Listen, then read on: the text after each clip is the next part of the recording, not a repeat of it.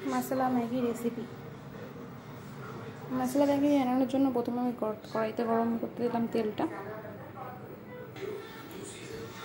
গরম হলে কাটা সবজিটা দিয়ে দেবো।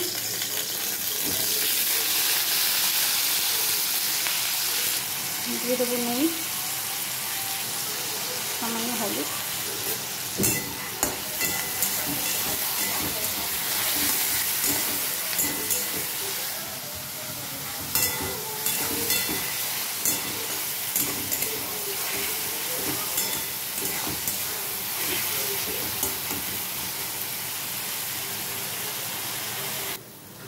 ভাজা হয়ে গেছে। ম্যাগি মশলাটা দিয়ে দেবো। ম্যাগি মশলাটা দিয়ে দিয়েছি, এবার ম্যাগিটাকে দিয়ে দেবো।